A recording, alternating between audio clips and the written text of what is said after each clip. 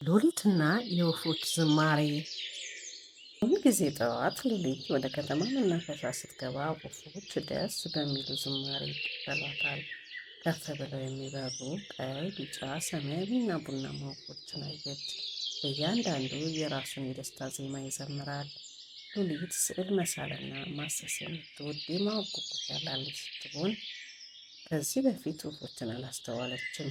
ግን አንድ ቀን አንድ ልዩ ነገር ተከሰተ።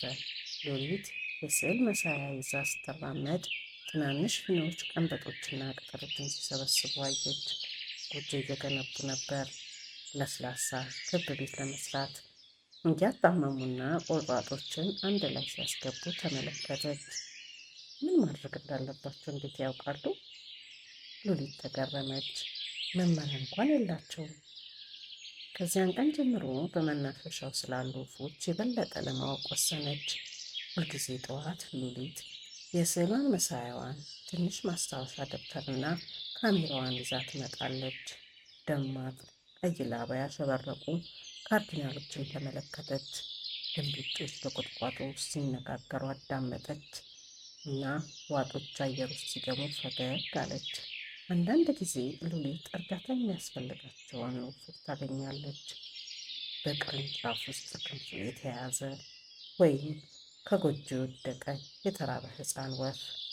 በደግ የፓርኩ ጠባቂዎችን እና የአዕዋፍ ባለሙያዎች እርዳታ እንዴት እነሱን መንከባከብ እንዳለባት ተማረች እና እንደገና ወደ ነበሩበት መለሰቻቸው። ግን እያንዳንዱ ቀን ቀላል አልነበረም። አንዳንድ ሰዎች ከአዕዋፋት ጋር ረጅም ጊዜ በመቀመጥ አሳረፏት። ሌላ ጊዜ ደግሞ ካሜራዋ መስራት ያቆማል ወይም ነፋሱን ለወፎች ያስቀመጠችውን ጥሬ ይበትንባታል። አሁንም ሉሊት ተስፋ አልቆረጠችም። ወፎች ምን ያህል ታጋሽ እንደሆኑ አስታወሰችና እንደነሱ ለመሆን ሞከረች። ብዙም ሳይቆይ ወፎቹ እሷን ማመን ጀመሩ። በማስታወሻ ደብተሯ ላይ ስትጽፍ ትንንሽ ጫጩቶች ተጠጓት። ደማቅ ቀይ ደረታቸውን እየሳለች ሮቢንስ ፊት ለፊቷ ቆመ። አይናፋር የሆኑ ሰማያዊ ጃዮች እንኳን በአቅራቢያው ቆመው በማወቁት አይኖቿን ይመለከቷታል።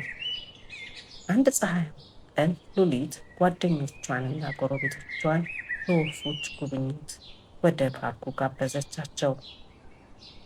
የተደበቁ ጎጆዎችን እንዴት እንደሚለዩ፣ የተለያዩ ዝማሬ እንዲያዳምጡና በእያንዳንዱ ላባ ውስጥ የተለያየ ቀለሞች እንዴት እንደሚመለከቱ አሳየቻቸው።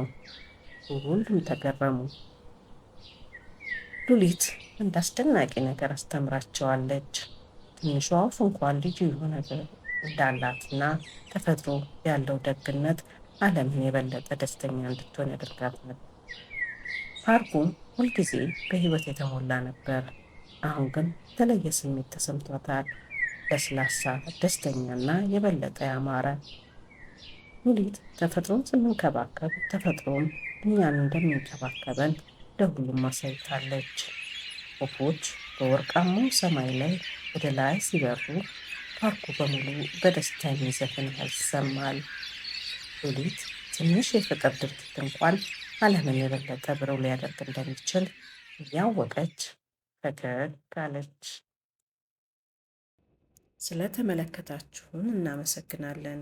በታሪኩ ከተደሰታችሁ ቻናሉን ሰብስክራይብ፣ ላይክ እና ሼር በማድረግ ያበረታቱ።